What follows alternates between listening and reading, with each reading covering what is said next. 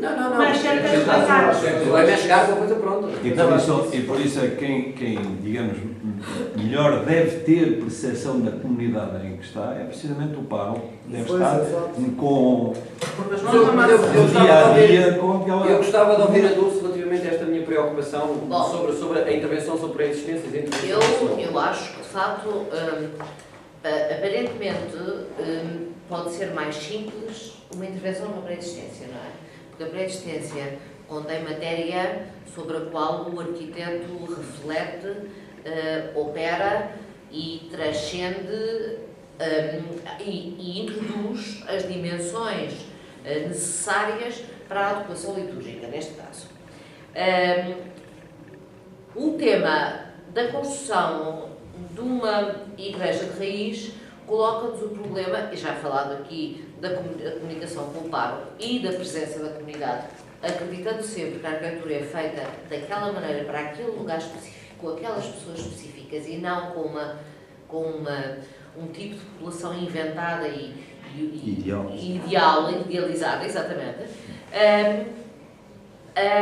Mas ninguém constrói arquitetura a partir de uma ideia original, única, exclusiva e fora e novíssima, que nunca ninguém tinha inventado. Quer dizer, o arquiteto projeta a partir de memórias que tem, daquilo que vai aprendendo, de tudo aquilo que já viu e viveu, e é dessa partilha de vivências e das longas conversas que deve ter com o pároco, que se for uma pessoa interessante, provavelmente lhe conta imensas histórias, e há a construção de um itinerário prévio ao gesto de projeto, que era aquilo que eu vos dizia quando falámos pela primeira vez, que eu dizia que tinha a ver com o sentido de serviço, não é? Em que a criatividade e o talento do arquiteto se revelam na capacidade que ele tem de interpretar com a formação que estes cursos dão, de interpretar os sinais que estas entidades, que este lugar e que esta comunidade têm para criar um espaço que eu penso que a melhor maneira é dizer que onde as pessoas se reconheçam como se estivessem em casa. Este sentido de estar em casa evoca esta natureza das memórias, portanto, do autor e das memórias de uma comunidade, e que têm que ser obrigatoriamente originais, porque a igreja não existe naquele lugar, naquele tempo, e, portanto, é uma peça única, exclusiva, especial, e o arquiteto, se em todas as atividades do arquiteto há uma dimensão de serviço, que eu acredito que nem sempre as escolas conseguem transmitir aos alunos, que é que de facto nós estamos para servir a comunidade em qualquer projeto que façamos, numa igreja então é claríssimo isto, quer dizer, o que nós construímos é, no tempo e no espaço, hoje, a consagração naquele objeto de toda a história da humanidade e da sua relação com a transcendência. Portanto, e isto é feito, e não é preciso ser o Borromini que faz de uma maneira tão elaborada, tão difícil de entender, de facto. Sim, ninguém... Mas Borrominis temos, exatamente, desses Borrominis estamos nós cheios, não é? O que nós procuramos... Aliás, é uma coisa que se vê porque a história da arquitetura contemporânea, quem elogia é o Borromini, não é? Exatamente. É exatamente sinal da formação que é dada na escola. Exatamente. Portanto, e é neste sentido... O Portuguese fala de Borromini. Exatamente. O Schultz fala de Borromini, toda a gente só fala de Borromini. Exatamente.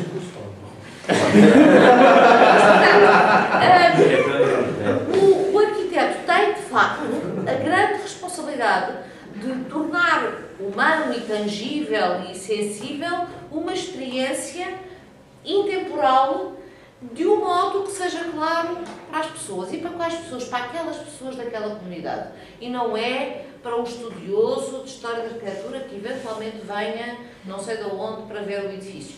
E que não vai lá na maior parte das vezes para ver o edifício. Se for, mas que se o edifício for adequado, ele ganha essa dimensão e provavelmente alguém que venha de fora, que nunca tenha estado, reconhece-lhe um caráter que lhe permite dizer aqui alguma coisa especial se está a passar, e este, de facto, é um belo projeto de arquitetura. E é nesse sentido que eu acho que é a tarefa academicamente simulada aqui pelos arquitetos junto com os seus pares, mas que eu gostava que toda a gente transportasse para a vida real no futuro, que é esta coisa, não é? Quer dizer, há uma dimensão de verdade e de seriedade e de humildade que têm que estar contidos na execução do projeto, e que desde a igreja pequenina, de onde de facto a presidência não cabe, até àquela sua fantástica igreja especial, não é? Há de haver lugar para nós conseguirmos introduzir um sentido à nossa intervenção, não é? Nós, a dada altura, acho que ainda foi nas aulas do Padre Luís, dissemos que um dos problemas que sentimos é que a comunidade já não é capaz de ler os sinais e a simbólica das coisas. E o problema grave é esse, ou seja, alguns padres conseguem traduzir isto para uns arquitetos. Quando isso não acontece, temos dois problemas, que é o padre e a comunidade. Não é? Exatamente. Porque já é mau quando a comunidade não entende. E, portanto, quando vocês nos pedem o que é que a comunidade quer ou como é que a comunidade sente, a comunidade não é capaz de responder, porque a preocupação dela é uma churrasqueira, é o centro social, porque isso tem enquadramento na vida social da pessoa. O espaço litúrgico não tem, porque a celebração em si, neste momento, está muito esvaziada desta dimensão de encontro com Cristo. E por isso, aquilo que vocês nos pedem, nós não vos conseguimos dar. Porque eu, o Padre Duarte, ou os que estamos aqui, ou os outros padres, poderemos dar, porque temos essa experiência em termos pessoais, de fé e de relação com o mistério da Eucaristia. Mas a comunidade é muito diferenciada e muitos não têm.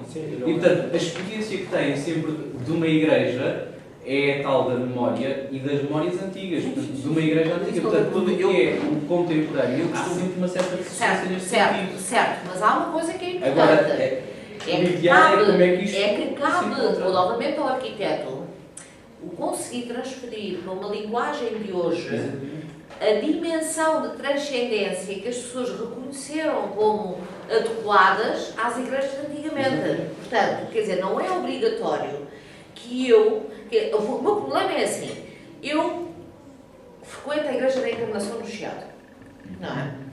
E vou à igreja aqui do Padre António. E a minha dúvida é aquilo que... é uma igreja fantástica, então queria falar, parece um chapéu do Darth Vader. Lembras-te qual é que é o Darth Vader? Sim. O quê? É o Darth Vader da Guerra das Estrelas, que tinha um chapéu claro. Mas qual é que é a igreja? Olha. Da guia.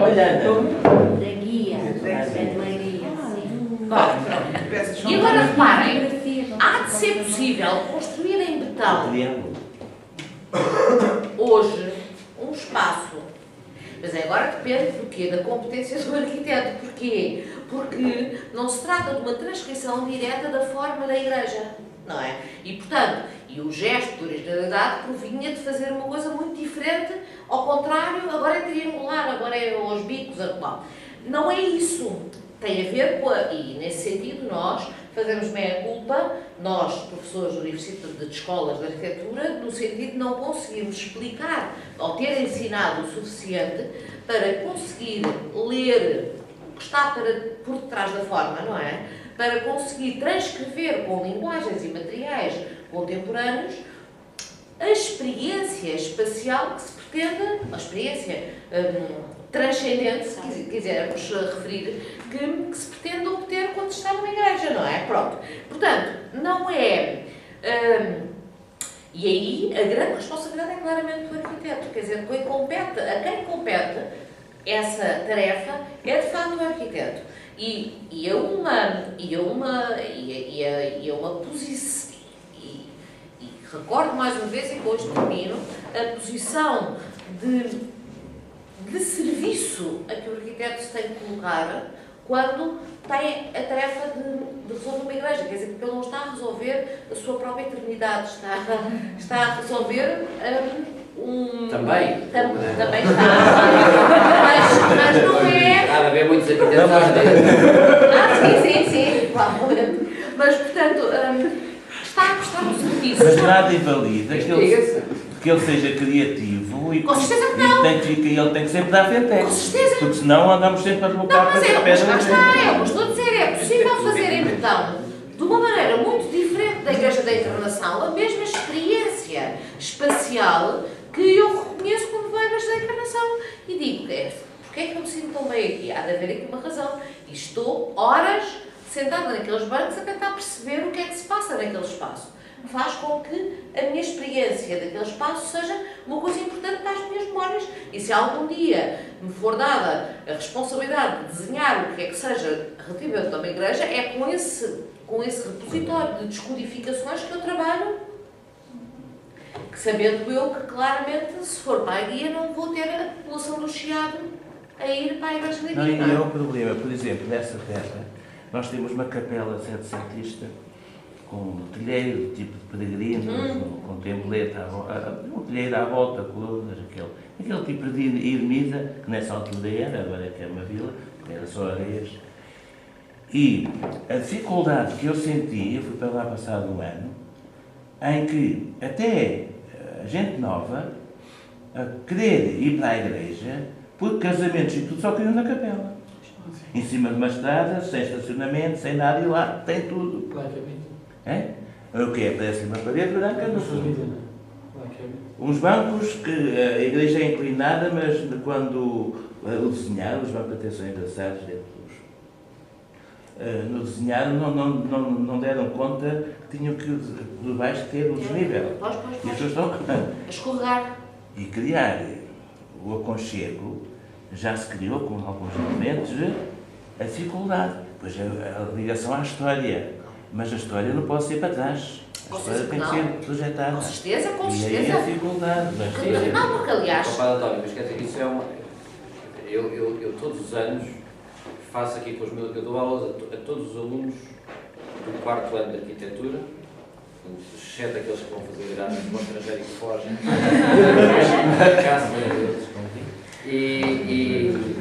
E agora também de interiores. Todos, passam todos por mim. E todos os anos eu lhes proponho um exercício que é, a partir daquela frase que eu aqui falei do Vitor Hugo, sobre o que é a arquitetura. A catedral era para o Quasimodo, ao longo do tempo, o ovo, ninho, a casa, a pátria, o universo. Havia entre o Quasimodo e a catedral uma ligação simétrica, quase consubstancial. Eu digo-lhes, partem neste texto, descubram um sítio onde vocês se sentem como o Quasimodo na catedral, explicitamente assim, um sítio no qual vocês se sintam como o Quasimodo na catedral, e vamos gastar um semestre a estudar esse sítio e perceber porquê. Pronto, o trabalho da minha disciplina é este, o Jorge já fez, o João escapou, você também fez. E depois, ao longo deste trabalho, vou fazendo pequenos papers, pequenos trabalhinhos pequeninos. Um dos trabalhos que eu faço é, depois de eu receber os trabalhos, eu começo a olhar para os trabalhos e começo a ver quais são os casos que as pessoas escolheram. 90%, 95% dos casos não são da arquitetura do século XX.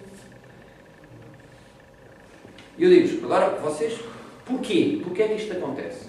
Vocês estão no quarto ano, já tiveram história da arquitetura durante 3 anos, já tiveram projeto durante 3 anos e andaram a folhear revistas durante 3 anos. E eu peço para vocês escolherem, portanto, têm uma formação privilegiadíssima relativamente ao resto da sociedade.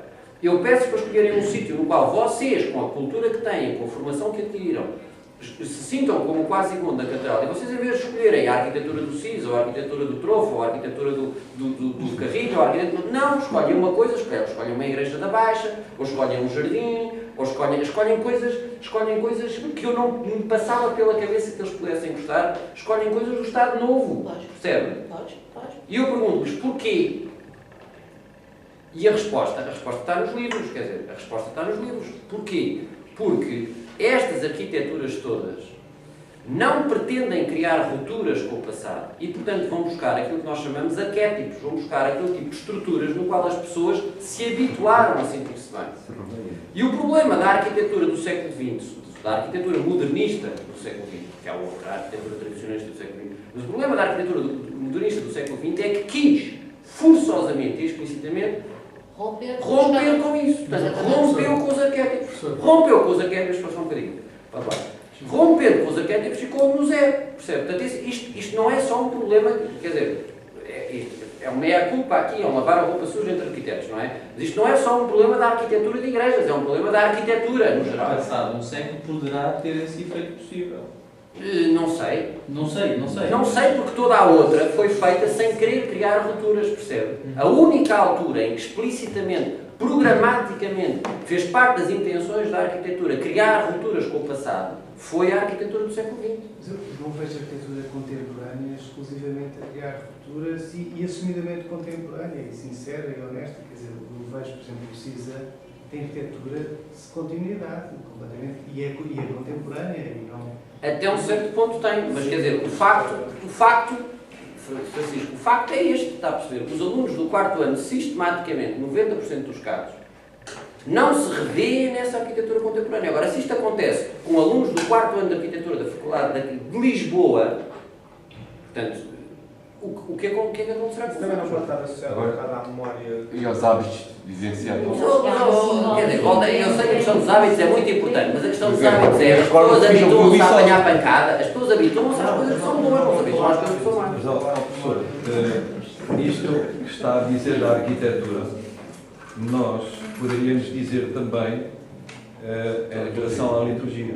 Eu também percebo que sim. Ou seja, também há o querer romper com a liturgia, com a continuidade. Não é? E, claro, pois traz esses problemas.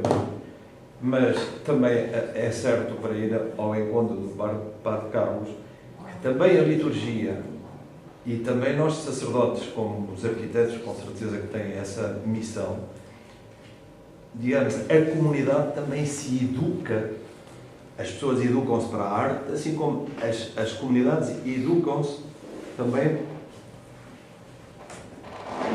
para acolher melhor os sinais de Jesus Cristo. E, portanto, não se pode esquecer o ambiente, sim, mas também, ao mesmo tempo, tem que se lhes dar meios para os educar, ou seja, para os fazer evoluir nessa compreensão da própria liturgia, no caso dos arquitetos. Se estagnou e fez um fosso, e agora temos... Só para terminar, eu disse 90% dos casos, não disse 100% dos casos. O que é que são os outros 10%? Os outros 10% são, de facto, arquitetura contemporânea, mas arquitetura contemporânea que, de um certo ponto de vista, vai buscar referências ao passado. Por exemplo, um caso reiteradamente escolhido é a Gulbenkian, sobretudo o jardim da Gulbenkian. Mas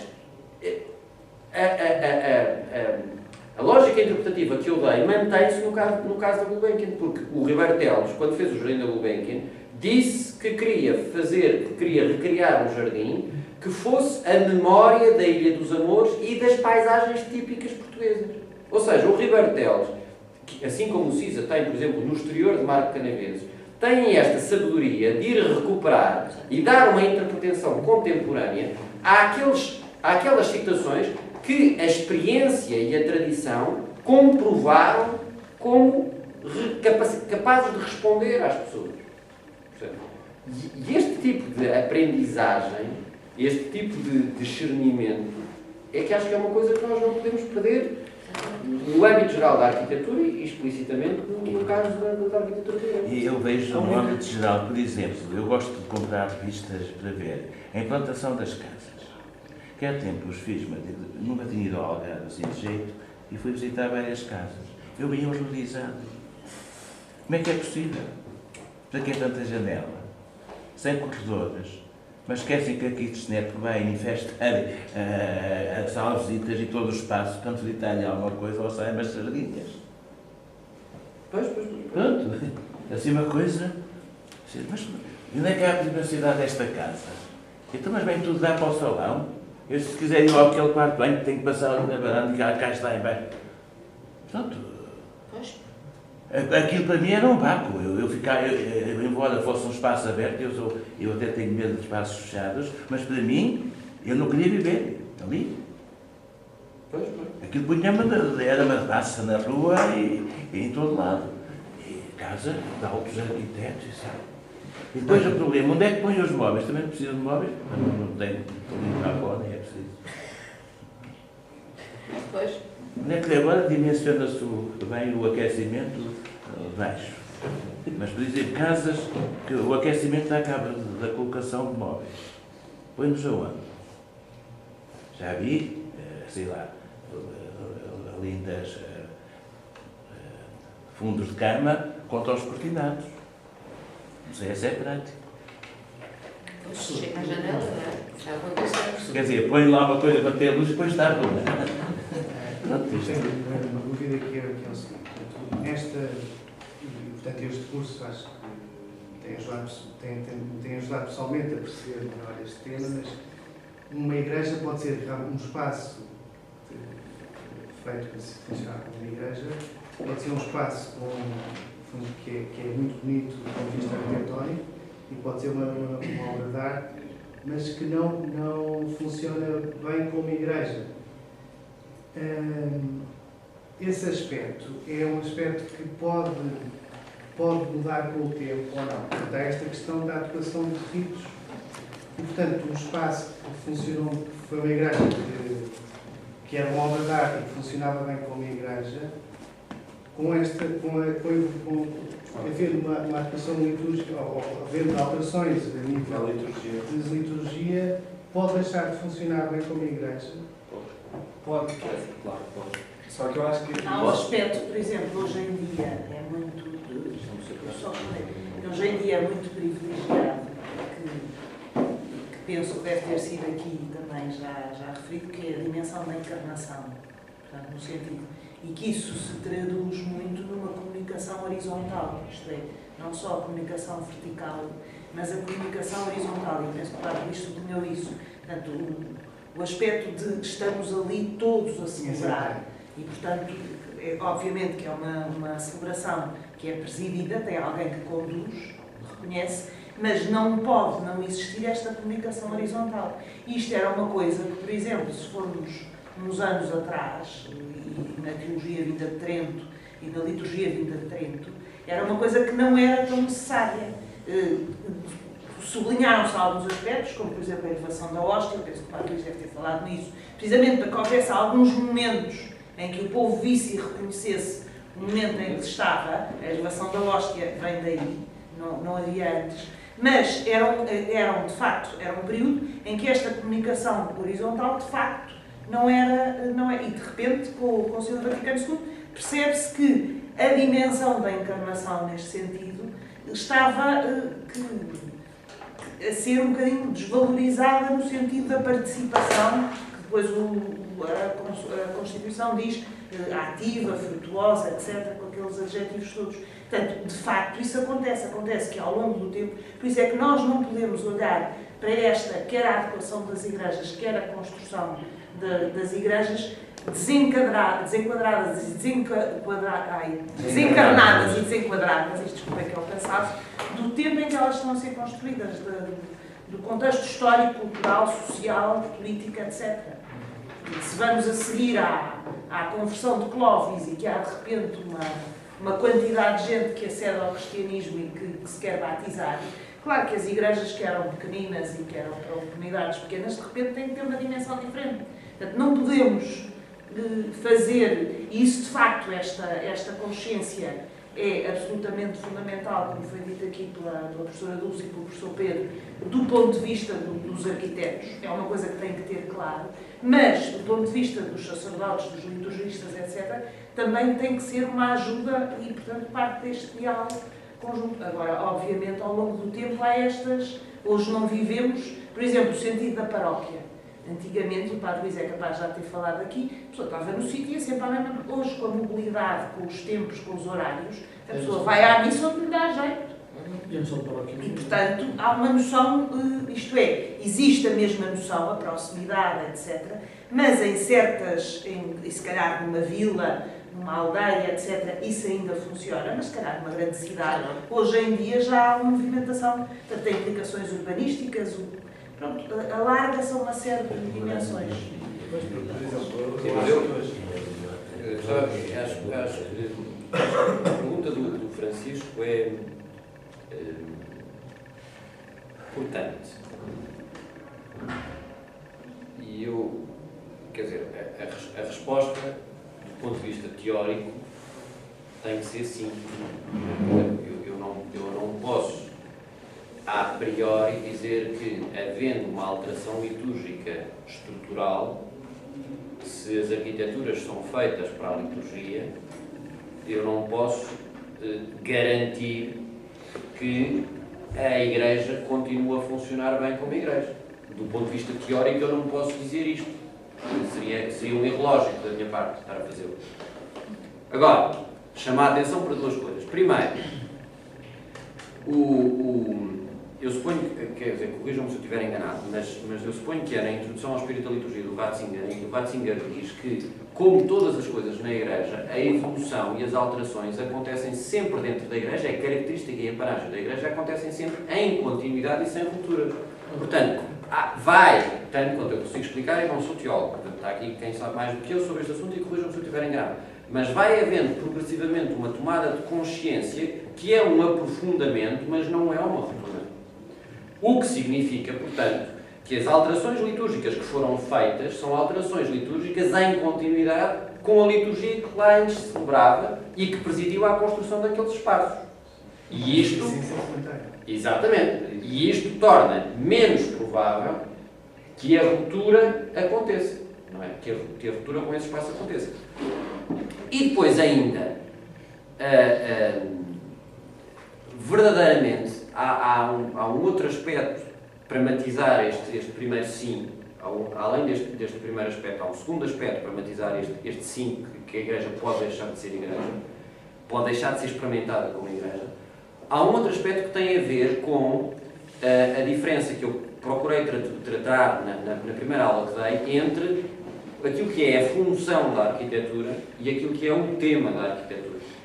O Lewis Carroll tem uma expressão muito engraçada. Ele diz que a função responde ao programa e é uma coisa puramente quantitativa. Responde a uma necessidade e é uma coisa puramente quantitativa. E o tema responde, responde ao desejo. E o que é o desejo? Se a gente estudar a palavra, o desejo, literalmente, e é o Ratzinger que explica isso também, etimologicamente é desiderium, portanto, cair do céu. Portanto, o desejo é qualquer coisa qualitativa e que responde a uma estrutura humana profunda, a uma característica antropológica profunda, a um ser feito por, e que mantém uma certa constância ao longo do tempo. Portanto, quando as arquiteturas antigas respondiam a um tema arquitetónico e não a uma função arquitetónica, elas tornavam-se, de facto, mais duráveis enquanto sobrevivência e valor, enquanto capacidade de responderem às pessoas. E assim, quer porque a liturgia é continuidade, quer porque as igrejas, quando foram feitas no princípio, foram feitas em resposta a fatores pouco mutáveis no tempo, que têm a ver exatamente com a questão do tema e não com a questão de função. É improvável, embora seja possível, mantenho, é improvável que uma igreja antiga, que foi igreja, deixe de ser experimentada como. Só mais duas coisas. Primeiro, uma vez eu perguntei ao Gonçalo Birne, estava no meu 5º ano, em 90, e fui falar com o Gonçalo Birne, que é uma pessoa por quem tenho um grande estima e que considero uma pessoa sábia no âmbito da arquitetura, e perguntei-lhe ao professor, pergunta de aluno de 5º ano, vou começar a fazer arquitetura, como é que a gente faz para fazer arquitetura que seja eterna? Não é? E a gente vê a arquitetura que é feita cheia de boas intenções, que é feita a pensar no futuro, e depois vê que aquilo corre tudo mal, que as pessoas não gostam daquilo, não habitam. Como é que a gente faz para fazer arquitetura que seja eterna? E ele respondeu-me, olha, sabe, olhando para a história da arquitetura, eu percebo que aquelas arquiteturas que adquiriram uma qualidade de eternidade foram aquelas arquiteturas que responderam, mas responderam mesmo ao seu tempo. Não foram feitas para o futuro, não foram feitas para quando... Não, corresponderam às pessoas, neste sentido, aquilo que quer dizer, corresponderam às pessoas. E isso deu-lhes uma certa perenidade no tempo. Portanto, quer dizer, eu sendo possível, acho que é muito verdade em termos existenciais, em termos de experiência, esta coisa que a Dulce está a dizer, não é? Que a gente entra na Encarnação, ou entra em São Pedro, ou entra em Santa Maria Maior, ou entra e sente um grau de estar em casa, como quase imudo na Catedral, que não sente na Igreja de Maro Canaveses, pronto, e não sente na Igreja de Santo António de Porto Alegre. E atenção, eu estou a falar de casos de arquiteturas feitas por grandes arquitetos e de pessoas que eu ponho as mãos no fogo, sei que são talentosos. Não é uma falta de talento que está em questão. É exatamente como está escrito no programa deste curso, não é uma falta de talento, não é uma falta de capacidade formalizadora. É uma falta de não se perceber que é essencial numa igreja. Portanto, é um problema de diálogo, é um problema de os seus padres, com os problemas que têm, e nós com os problemas que têm, não nos saberem dizer qualquer coisa que presida a uma formalização competente, uma formalização responsável. Mas pode Já agora- acontecer a Igreja deixar de... Porque eu acho que é mais difícil, o professor há bocado falou disso também, de entender a Igreja e nós arquitetos temos que dar resposta, e até é mais fácil do que se calhar criar uma igreja de novo, é mais fácil de entender aquela igreja e adaptá-la à vocação litúrgica. Mas o problema é que eu acho que, imagino, por exemplo, nós ali em Rio de Moro, se calhar é mais fácil tendo em conta que aquilo é mais real. Mas, João, não, mas o ponto é esse. Mais Não, o ponto é que eu estava a falar daquelas igrejas que são igrejas. Pois, é que nessas é muito mais difícil. As igrejas, não, mas é esta diferença fundamental e Mas importante. nessas é muito difícil. João, é esta diferença cortante entre o que é o tema igreja e o que é a função igreja. O tema igreja, uma igreja que é igreja, tende exatamente por causa da maneira como é feito o ser humano e como é que o ser humano se comporta relativamente ao espaço. Portanto, por um lado é uma característica antropológica e por outro lado, pela maneira como a própria igreja enquanto instituição se vai percebendo a si própria, vai percebendo a revelação e vai alterando a sua própria consciência de si própria e da revelação, porque que é sempre feita em continuidade, por causa destes dois fatores. Uma igreja que tem o tema igreja, que é a igreja no princípio, pode sofrer de uma desadequação litúrgica, pode sofrer de uma perda funcional, pode, mas se correspondeu verdadeiramente ao cristianismo, é difícil que eu deixe de fazer nela uma experiência de estar numa igreja. Sim, ou seja, Agora, estar em casa como quase um lado. Sim. Agora, é preciso que o seja. Portanto, isso acontece, só para acabar, isso acontece na Igreja da Encarnação, tenho dúvidas, com franqueza, que aconteça na Igreja mas eu do não estou a Porto. falar, eu estou a dizer, a minha questão não é essa, a minha questão é que, por exemplo, eu, nesse sentido, consigo, e como noutra arquitetura, eu consigo entender como arquiteto, se calhar, e tenho estudado para isso, que é o que é que faz daquilo arquitetura, mas o dar resposta à adequação litúrgica é o mais difícil para mim, e tendo em conta, porque, por exemplo, nestas aulas de História da Arquitetura de Igrejas, houve uma evolução muito grande e lá está, e havia igrejas de planta em cruz grega que eram adaptáveis à adequação litúrgica da época, que depois, se calhar, hoje em dia já se faz de novo, ou deixou-se de fazer, e todas elas deram resposta a isso. Houve uma evolução muito grande. E eu consigo, se calhar, entender naquilo que elas são arquitetura, mas não naquilo que elas dão resposta à adequação litúrgica, até porque devido à evolução. E em que ponto é que nós estamos agora? Essa é a minha questão, mas eu acho que também só vou conseguir responder no fim do diálogo do exercício, que é em que ponto é que a Igreja necessita do espaço para... Como é que necessita do espaço para a adequação litúrgica? Porque é isso que eu não consigo entender ainda. É isso que eu consigo entender do lado se aquilo já é arquitetura, eu sei o que é que hei de fazer para manter aqui, sem se ler o lugar, sem entender o lugar, vou tentar fazer com que isso continue no lugar. Mas imagino que a Igreja do Chiado eu não vou conseguir, se calhar, adaptá-la à decoração litúrgica e corresponder a isso ao mesmo tempo, percebe? Eu acho que há... Mas isso puramente é uma questão, mas isso é um problema exclusivo de talento do arquiteto, era aquilo que o Dulce estava a dizer, não é? Não, porque eu acho que a decoração litúrgica não é uma coisa que esteja relacionada com o manter, continuar a dar a arquitetura ou sentir àquele lugar. Não, mas isso é aquilo que eu disse que deve ser, quer dizer, porque, outra vez, na primeira vez que nós fizemos, de facto a história é uma coisa que ilustra aquilo que se... É porque há uma margem de carência de conhecimento entre a liturgia e aquilo que é preciso para fazer uma igreja. E nós tivemos esta consciência relativamente clara quando começámos a preparar o curso. Nós tivemos primeiro, no Pedro Espano, tivemos primeiro uns encontros em que estava o Padre Luís, estava a Isabel e eu ia também a o Padre Luís falava da liturgia, etc. E às tantas, eu tive esta consciência porque dei-me conta que o Padre Luís contava a história da liturgia começando nos paleocristãos, depois dava um salto por cima da Idade Média quase toda, quer dizer, estou a exagerar, evidentemente. Dava um salto pela Idade Média toda, pela Baixa Idade Média toda, pelo Concílio de Trento e não sei o quê, e vinha aterrar na renovação do movimento litúrgico e que dava depois discussão ao Vaticano II. Eu dizia, mas quer dizer, como é que é possível que, se é a liturgia que fundamenta a arquitetura de igrejas, que a história da liturgia, quando fala de si própria, ignora aqueles pontos que são os pontos máximos da arquitetura de igrejas, que é o gótico e o barroco? Como é que é possível? Portanto, há aqui qualquer coisa que falta.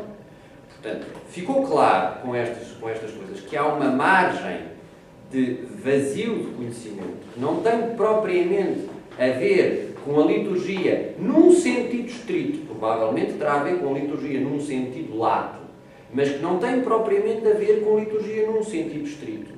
E que há aqui uma coisa que tem a ver, que foi depois por sugestão do Padre Luís, que nós introduzimos uma terceira disciplina, a que se chamou Espaciologia do Sagrado. Como é que o sagrado ganha expressão espacial? E isso não advém exclusivamente da liturgia em sentido estrito. Eu admito que advenha da liturgia em sentido lato, na compreensão de como é que aqueles nexos todos dos ritos transportam uma cosmovisão, uma significação, que essa sim é que ela deve ser representada nas igrejas. Não é? Mas daí, estão a perceber, é esta margem entre aquilo que está canonizado e aquilo que é necessário à formação de igrejas, é esta margem de que, relativamente ao qual os arquitetos não têm formação, não têm conhecimento e que precisa de ser fornecida em grande parte por um dono de obra culto, não é? Porque as grandes igrejas, São Pedro, São João de Latrão, com o pobre do infeliz do Borromini, mas mesmo assim São João de Latrão, com o pobre do infeliz do Borromini, quer dizer, a Sagrada Família do Gaudí, percebem? Que é um exemplo contemporâneo de sucesso, são construídas neste tecido estreitamente cozido entre a compreensão dos significados e o talento formalizador. E a compreensão dos significados que vai gerar a formalização não se exclui ao entendimento estrito da liturgia, ou seja, no sentido, e isso o Padre Luís sublinhou bem, não é? Há uma associação dos ritos. Ó Pedro, é porque de facto, quando tu entras, e isso vamos falar um bocadinho nas minhas aulas, mas posso já avançar, é importante perceber que nesta passagem do primeiro para o segundo milénio entra uma componente teológica, portanto não só litúrgica, mas teológica, e teológica especulativa, que dá um contributo muito forte na própria expressão artística. E nisto envolve-se, enquanto que nós podemos dizer que, de facto, no primeiro milénio nós temos uma essencialidade da liturgia, no sentido, não estou a dizer que é a liturgia que é essencial, mas no sentido do contributo para as expressões artísticas. No segundo milénio já não é só uma contribuição exclusivamente litúrgica, se pudermos dizer assim, mas há uma contribuição muito grande do ponto de vista da teologia especulativa.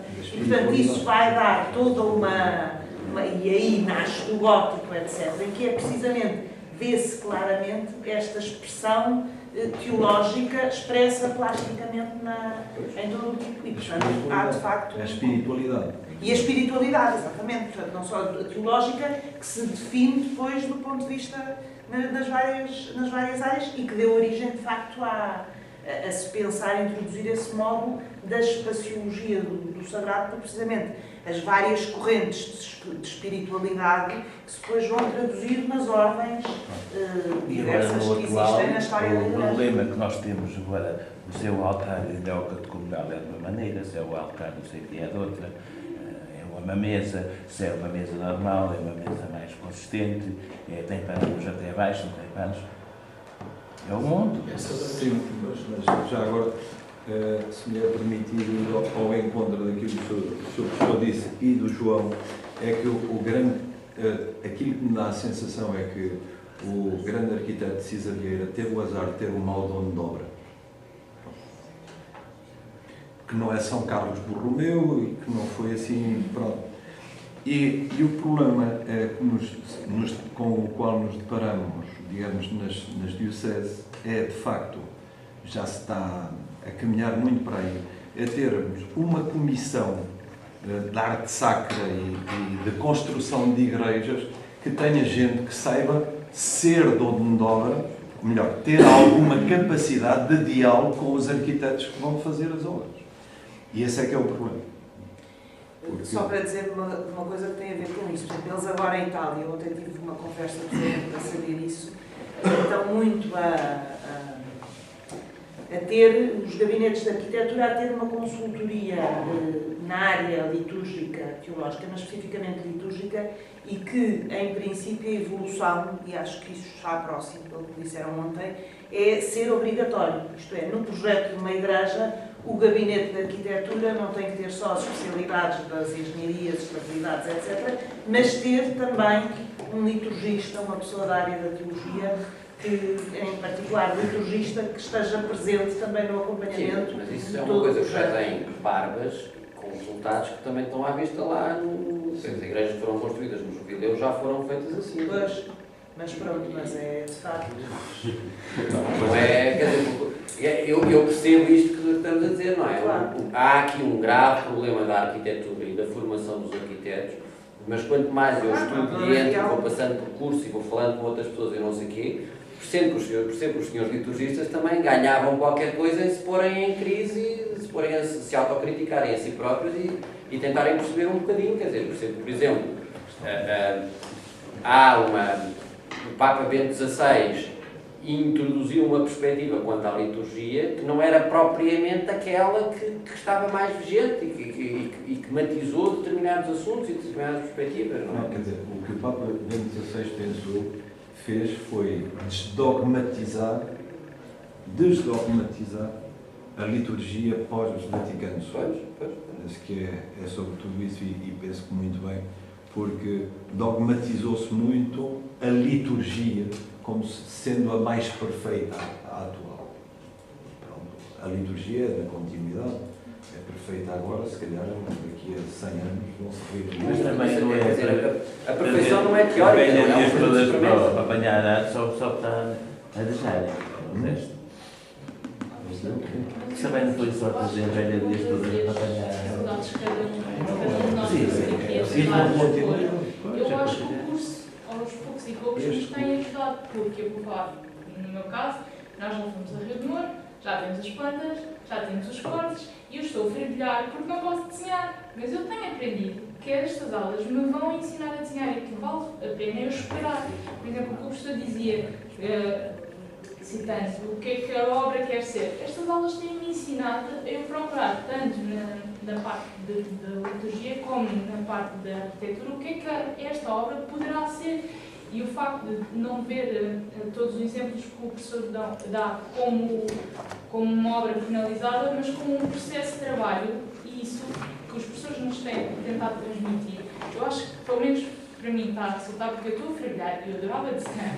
E eu já podia ter tido, aliás, tenho imensas ideias, mas não sei, Sim, parece Cristina, mas quer dizer, mas isso ficou- é verdade isso, e fico contente que você diga isso. Agora, ao mesmo tempo, eu tenho noção de que este problema da arquitetura de igrejas é um problema colossal, no sentido em que verdadeiramente a nossa cultura contemporânea perdeu um bocadinho, perdeu completamente, quer dizer, está fora da cabeça o perceber o que é uma igreja, o perceber como é que se vive uma igreja. E daí os imensos problemas, ou seja, houve uma ruptura na tradição, e isto é dramático. Houve uma ruptura na tradição. Mesmo internamente na igreja. Exatamente. Mas houve uma ruptura na tradição e, portanto, nós perdemos as categorias mentais para percebermos, para conseguirmos perceber e realizar aquilo que estamos a fazer. Portanto, eu acho que este curso serve para nós nos pormos em crise, para nós percebermos e para nós vencermos uma série de preconceitos que tínhamos e de certezas, de falsas certezas que tínhamos que íamos conseguir e que íamos vencer.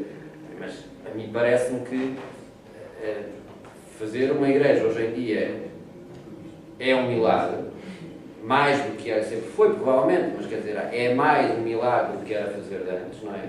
E até nós conseguirmos uma perspectiva consolidada do que é que deve ser uma igreja, de como é que deve funcionar, de como é que as coisas devem ser estruturadas, etc. Até nós avançarmos para uma, digamos assim, para uma qualquer coisa como uma planta tipo, ou como as coisas como o São Carlos Borromeu falava e dizia, as coisas estarem de tal modo claras que seja possível que baste apenas depois um talento para dar expressão estética àquilo, não é?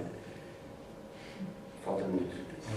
Se me é permitido, sem criar imodéstias a ninguém, mas eu penso que este curso, que já vai na 3ª edição, segundo me parece, não é? Acho que devia ter muito mais eco na Conferência Episcopal. De tal forma, não sei como fazer isso, mas é aquilo que eu penso.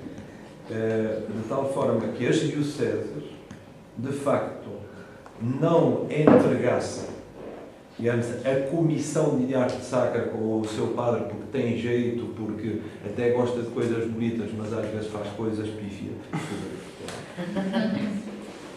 Mas há pessoas que de facto participam nestes cursos, ou outros semelhantes, não é? Que tenham formação para haver esse diálogo. Desde a primeira edição, nós mandamos a publicidade do curso e mas não basta. Para todas as sedes episcopais. Não basta. Todas. É preciso um diálogo mais aprofundado, penso eu. Mas pronto, nós estamos aqui. É uma sugestão sem criar. O caminho faz-se. A Ritmo é aquela igreja dos 4 cantos. É. Parecida com a sua, porque é que tem?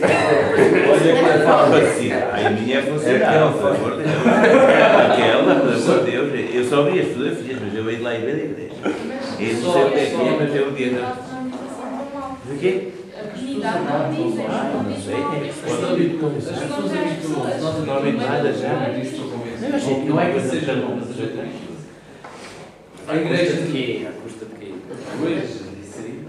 É que uma pessoa, quando se habitua, quer dizer, o ser humano é um ser limitado. O ser humano, quando se habitua a uma coisa, a capacidade de adaptação está a fazer falta no sítio. É a história das alergias, não é? Um tipo, quando tem uma semana de diretas, quando se é aluno aqui, se tem uma semana de diretas, depois fica-se constipado, depois fica-se não sei o quê, porque a capacidade de adaptação, de reação. E a arquitetura hoje em dia, as casas que são feitas, os apartamentos que são feitos, os ambientes urbanos, eu digo, quer dizer, eu no outro dia, eu costumo contar isto aos meus alunos, agora já é outra, já não, mas eu costumo contar isto aos meus alunos, quer dizer, eu um dia perdi-me num sítio ali por cima de Cacém que se chama... São Marcos. Não, que se chama qualquer coisa